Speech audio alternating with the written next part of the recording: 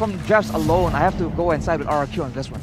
Okay, but there you go. Let's just jump into the portal, Miracle, as well as Arashi, because it is going to be the uncrowned kings taking on the kings of kings. Alter Ego taking on RRQ. Game number 1, the rematch of the grand finals for season 6. The representatives for Indonesia in the M2 series. Who you got, folks? Spam the comments. Mirko, Arashi, are you ready? Let's just jump into the portal for game number 1. Who isn't ready, man? The Kings of Kings up against the uncrowned kings. That could not be. There will not be a better title than that, man. But man, oh man, once more, this is such an interesting game because every single lane can be the highlighted match, the highlighted lane. Rexlona is going to be on the Cho though, so they're opting for a very blacklist type of mid lane there with Rossi holding that Matilda in the roamer position. Yeah, I completely agree. So a immediate shakeup, and as we can see here, Rossi and Rexloni already moving, but for members is on Rossi. The Seleno arrow connecting, taking the kill, and Rossi goes down. Not even 1 minute. Yeah, this play with Cho in the mid lane, it's going to be very effective if they can get that early game presence, right? Disturb the opposing team's jungle. But when the opposing team's jungle is Albert on the Paquito, that is a very risky maneuver, and Alter Ego paid the price. We got to talk about map pressure before we do those kind of plays. The reason Blacklist was able to do that back in M3 was because they had that mid lane prio and also the top side, strong side in every single game. Without that, you are actually susceptible to all these crazy ganks, especially considering that RRQ, they have the Selena for early game damage. That kill pressure is just going to be so much for Alter Ego to handle, considering once more that they have an Owlus as a jungler. I completely agree with you, but I want to talk about here, Amy. I feel like he likes that emblem, Arashi, from yesterday's match as well. He picked up that jungle emblem. I feel like that. Why that is? Maybe he's just focusing on farming in the early game, so that is not an option. But now Pi will be the main target on the top side. He is a target, but no commitment just yet. Flicker is activated on Pi, but unfortunately for side of Alter Ego, Turtle has spawned, and we will see here the rotations. What will happen? Yeah, I mean, for the side of Alter Ego, they don't really want to contest this first turtle. Again, you have an Aulus in your team. You need to hit that level 12 power spike. Just avoid these fights and go for the trade. When RRQ goes top, we go bottom side. Keep on scaling, just how Evos played the game yesterday against Bigachan Alpha in their first game. Yeah, it seems like it is going to be the same approach here with RRQ controlling that top side, Aulus instantly rotating to the bottom side and looking for trades on the board. But the thing is, RRQ, they know what to do in this situation. They've cleared out entirely that top side, and the turtle will be zoned away by RRQ. Yeah, both teams are just hovering here at Rashi. No commitment just yet. Aulus just taking the jungles of Albers, and I feel like that is where the difference is. Perhaps Aulus will have a greater advantage apart from this Albert. Yep, and I think if actually Alter Ego goes for that that objectives trading, right? They have the extra benefit of actually being able to shut down Skylar on that Beatrix. Because if they don't pressure Beatrix, she's gonna scale really well to that late game. And that is something that Alter Ego really needs to address. Yeah, I agree with you. Wave Dragon connects on towards Vin here. No follow-up just yet. Skylar Clay is ready for the reinforcements as Rexlona flickers away. Nino with the cover, but no casualties whatsoever. This is what makes Beatrix such a good pick here. The flexibility, the adaptability of the guns, man. If you're able to just pop the right guns at the right time, that shotgun was basically the reason that he was able to cover for Vin at that point. And boom bang bada bing, they're not only getting the better trade, they're going for the bottom side as well, Gani. Yeah, right now, real world manipulation has been popped. Rossi moving slowly here, trying to find the turret. Rexlona coming in. Jet Kundo did not connect as Clay and Skylar just wants to pressure that bot side, munching that gold shield turret for Beatrix. And so far, even though Alter Ego is really on the back foot, they have been able to actually let Amy farm consistently. So he is not being pressured too much at least. But I think that's going to change quite soon. With some more levels, with the ultimates ready on RRQ Hoshi, they do have a lot more options to try and force engagements. And with the items being built up now, soon there will be an aggressive play. There will be an aggressive play, but did not connect just yet. Here, 4-2 versus 2, bot side. RRQ decides to rotate top side, realizing that 15 seconds turtle will go up. And I feel like Amy here overextends. There you go, the retribution was used. Yeah, one thing we need to talk about, we need to mention here about the side of RRQ is, wait a minute, an engage happens here in the mid lane. Uh-oh, Rex slow now. Takes a lot of damage, but Albert here trying to steal the jungle's pie, being the sandbag. Still surviving here, no commitment for team fights. But right now, RRQ looks to secure another turtle, but Amy is already hovering on top side as well. RRQ needs to look for a snowball with the composition they have, but they're not playing proactive enough. Uh-oh, right now Pi with the glorious pathway on the backside. Vin will not survive that one. Vin gets taken down as Albert looking for compensation. Way of Dragon connects and Rex Lona is next. Pi, so right now is still surviving. Real world manipulation takes down almost one member from the side of Alter Ego, but it will be a 1-for-1. Oh no, Nino! Nino gets taken out as well. Right now, Alter Ego is down a member, but Albert on their retribution takes the steal. On point, but again, it's a huge blunder for the side of Alter Ego. They don't want to fight in the early stages. You're playing into RRQ's hands, man, into their grasp.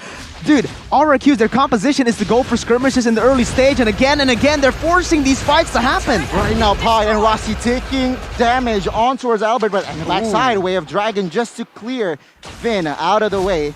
No casualties. Alter Ego still hanging on with a 1k gold behind. Rex Lona looks for something. Oh, the cancel on that real world manipulation manages Amy to take down the third, but at what cost? Because Albert is in for that killing spree, taking him down and surviving our 7 from the backside. Will try to take a member in Rex Lona. There you go. Rex Lona survives with that flicker, but Nino gets taken down. No, indeed, dude.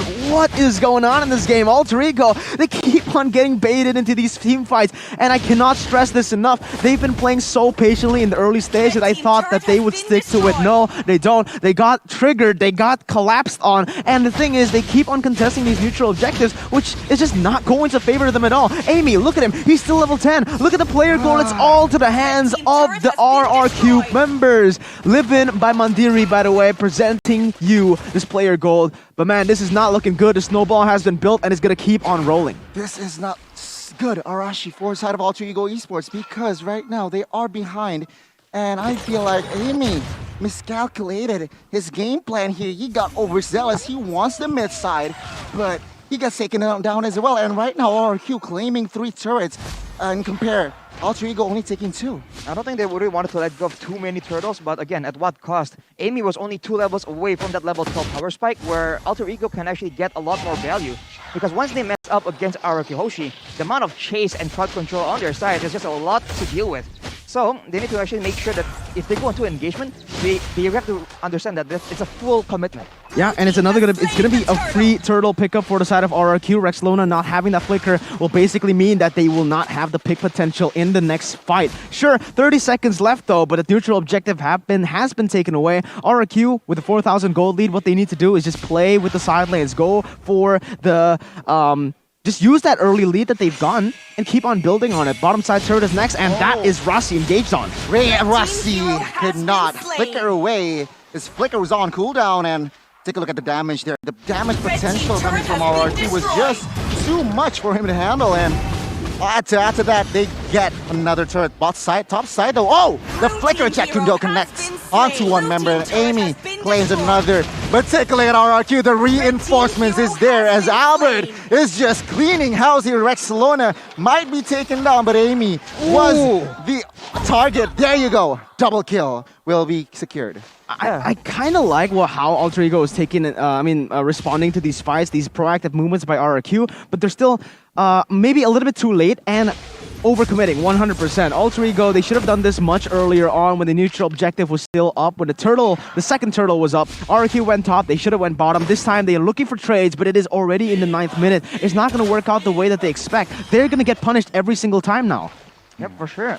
And Amy right now is still able to farm up, but it's starting to look a bit more and more desperate for Alter Ego, because even if they can get Amy that power spike and those items, can he survive the damage from RRQ Hoshi? And of course, there's a lot of crowd control for him to worry about as well. Oh, right now RRQ wants to invade Rex Lona with the Way of Dragon. throwing R7 away from the team fight. Abyssal Arrow connects on towards Rexlona, but of course no commitment just yet, as in 10 seconds the first Lord will spawn. And I feel like the laning control here is all RRQs. They claimed 4 turrets and Alter Ego. I don't know how they respond to this. Sure, you have an Alice, you have a Lilia, which is quite comfortable in the late game, but seeing how RRQ plays, my oh my, they're so disciplined, man. They have so much utility, and there you have it again. It's a free Lord because of the map pressure, and Alter Ego, instead of going for some trades in the early stage, they're going for trades now, but it's a little bit too late. Yes, you do get a few more gold, a few more, income, I guess, in your pockets, but it's not going to be it. It's not going to get you that game back, because right now the Lord has been picked up. And just a fun fact presented to you by Grab here, Skylar has never played a marksman in the gold lane in Season 8. Now, 3 games he's played, and all of it being the Beatrix pick for him. An evolved Skylar, we could say that. I feel like seeing him performing, sure, he only grabs 4 assists, but his map pressure, when that bot side collapses, I feel like that's where Alter Ego starts to stumble. Top side here, Amy might get all in, but Albert triggers his discipline and then just backs away. RRQ though, they might seem to look for a fight as Lord is marching bot side. I love the way they're playing this game. It's a very, very different RRQ Hoshi. Like we mentioned before, it feels like we're watching RRQ that has evolved from the mistakes from the opponents that they faced back in M3 now, going and distracting their opponents, taking objectives with the time that has been wasted from their opponents. Yep, and here I think the siege potential from RRQ is just way too good, but R7 goes in alone. R7 here taking the damage, and real world population in the backside causes drama because Rexlona in the back is isolated and gets taken out. Albert with the monster trail defending champions. Here's Albert right now, looks for an A kill for Amy, but Amy with that guiding wing still survives. 2-0 for the side of Alter Ego, for the side of RRQ, plus that base tier bot side. It's a complete shutout here. Arashi, Gani, what's going on? RRQ Hoshi with an 8,000 gold lead in the 11th minute. This is not what we're used to seeing from Alter Ego. And again, ladies and gentlemen, go get yourself a snack with Grab Food at half the price, because this is going to be a fun series. Alter Ego need to dig back, need to really dig deep to get the victory or even contest for the base at this point. I completely agree with you, and an Abyssal Arrow connects, but Arashi, tell me, itemization. Yeah, you can see the Genius one on Clay is just doing a lot of damage, and the Ice Queen's one allows the team to actually follow up with a lot of crowd control.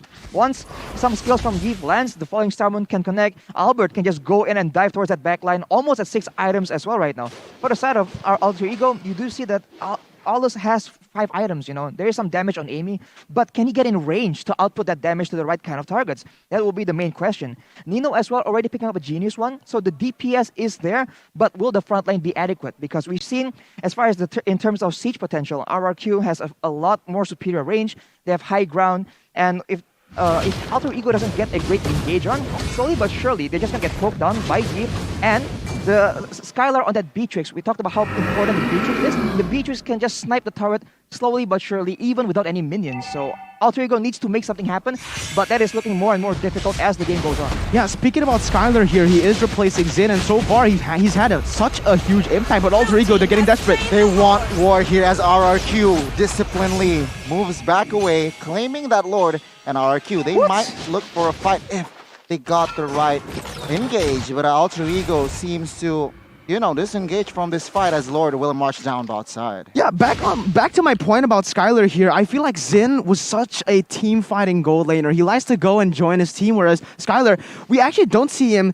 in the mid lane in the top side a lot. He is more, focused onto his own lane. The objectiveness of this man is going to be so important for this team, but as I feel like that was the thing that was lacking in the previous RRQ composition with Zin, and now look at how they're able to play. They don't go in for crazy engages. Amy gets taken down to the top side as Clay will secure that one right now. 4 men only defending the turret. RRQ, will they be able to take on the offense? Because Alter Ego, they are still holding on with only 4 members. The next minion waves is coming. R7 opening up with that falling star. We're no follow up just yet, but take a look as Rexlona in the backside still survive, but Pi dealing trouble in the backside will get punished immediately. 2 members only defending R7. Clay, Albert, and Skylar doing the mission impossible as Rexlona takes damage. Immortal getting popped up, and Rexlona could not take more. Nino here clearing the way, will not be able to, as RRQ